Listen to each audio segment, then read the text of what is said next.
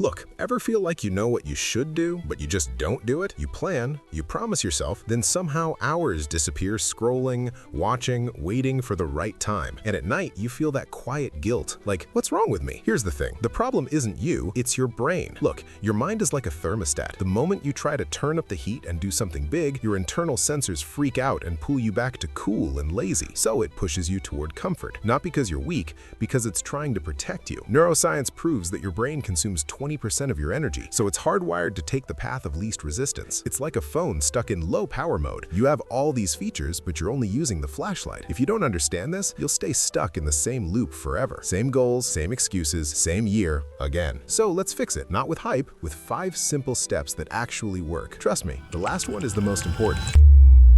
Step 1. Make it stupidly small. And yes, I mean stupid small. Stanford research shows that lowering the activation energy is the fastest way to beat procrastination. Want to write a book? Write 1 sentence. Want to work out? Do 1 push-up. So your brain can't argue with 1 push-up. Small wins act like dopamine snacks that trick your mind into wanting more. Small actions bypass fear. Step 2. The 2-minute rule. The hardest part of any task is the transition. Promise yourself just 2 minutes. Once you start, momentum kicks in automatically. It's like pushing a car. The first inch is the hardest, then it rolls. That's how habits are born. Drop a comment below and share us your best method that helps you stop procrastinating. Someone else needs it. Step 3. Environment design. Stop relying on willpower. Willpower is a battery that drains. Instead, change your surroundings. Change the room. Like if you scroll too much, put your phone in another room. If you want to read, put the book on your pillow. Make the good thing easy and the bad thing hard. Routines beat motivation every time. If you're still watching, which means you're actually interested in stopping your laziness, to make sure, hit that subscribe button and like the video. Step 4. Use the 5-second rule. The moment you have an instinct to act, you must physically move within 5 seconds or your brain will kill the idea. 5, 4, 3, 2, 1, go. This interrupts the internal monologue of excuses. Step 5. Identity shifting. This is the most important one. Stop saying, I'm trying to be productive. Start saying, I am a productive person. High achievers don't try to work, they work because that's who they are. Here's the truth you've been avoiding. You don't need a massive transformation. You need a small action done consistently.